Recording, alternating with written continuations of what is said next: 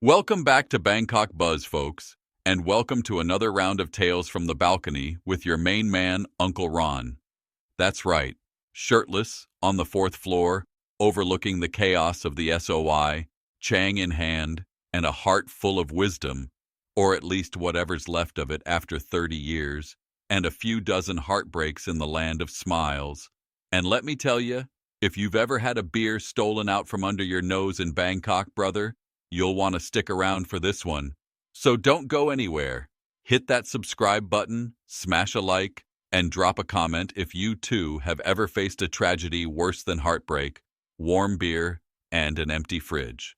All right, settle in because this is the wild tale of the Great Chang Heist, a story that still sends chills down my sunburnt, leathery spine. Now, back in Detroit, we had union walkouts, car alarms, and that one guy on the block who always borrowed your tools and forgot to return them. But Bangkok? Bangkok's got a different kind of thief.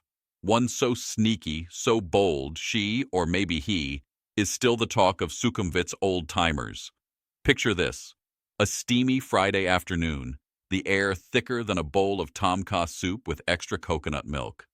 Uncle Ron, fresh off his morning workout, that's 3 push-ups and 1 trip to 7-Eleven for lottery tickets, was prepping for his weekly research meeting.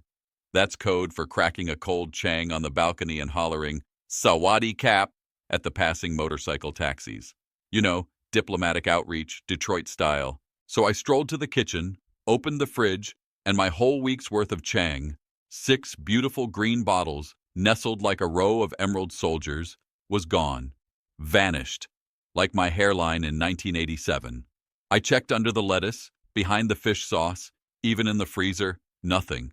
It was emptier than my bank account after Songkran. I'll tell you straight, heartbreak is one thing, but beer theft? That's personal. First, I suspected Miss Yui on the 3rd floor, you know, the one who always forgets her rent, but never misses a mango sticky rice delivery. So I put on my best spy game, Detroit style. I borrowed my buddy Dave's binoculars, which, truth be told, are just 2 Chang bottles taped together, and settled in for surveillance. That's when it all started, the clues, the suspense. But I wasn't prepared for how deep this rabbit hole went, folks.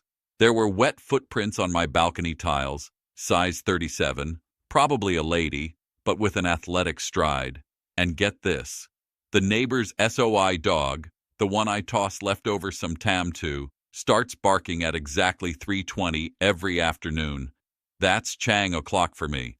For 3 days straight, I ran a sting operation, set up my phone with an app I barely understood, made decoy bottles filled with water, and even left a note taped to the fridge. "Dear thief, you can take my dignity, but not my Chang." Then it happened. Day 4.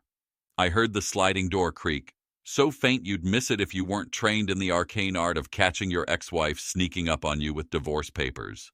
Out on the balcony, who do I see? Little Niran from next door, 8 years old, armed with a slingshot and the guile of a seasoned pickpocket. Turns out, young Niran was trading my Changs to his uncle for afternoon PlayStation time, because his own folks had him on water duty. No fizzy drinks, just plain old H2O. My heart split between manly pride, resourceful little fella, and devastation. But then, like only a true Detroiter could, I cut a deal. "Niran," I said, "next time, steal me some chicken skewers to go with the beer, and we'll call it even." Folks, life here's got more plot twists than a rusty Detroit carburetor. You can lose your beer, your wallet, your gal, sometimes all in one night on Soy Cowboy, but you haven't lived until you've been outsmarted by a Thai kid with a taste for PlayStation and the cunning of a fox. That's Bangkok for you, the city that never sleeps, never sobers up, and never stops surprising you. So, what's the lesson, boys and girls? Lock your Changs, trust your instincts, and keep one eye on the kids and one on the SOI dogs. And remember, you haven't lived until you've been dumped in Thai and didn't even notice. If you like this tale of heartbreak and hydration, click subscribe, give old Uncle Ron a thumbs up, and tell me in the comments, what's the most valuable thing you've ever had snatched out from under your nose in Thailand?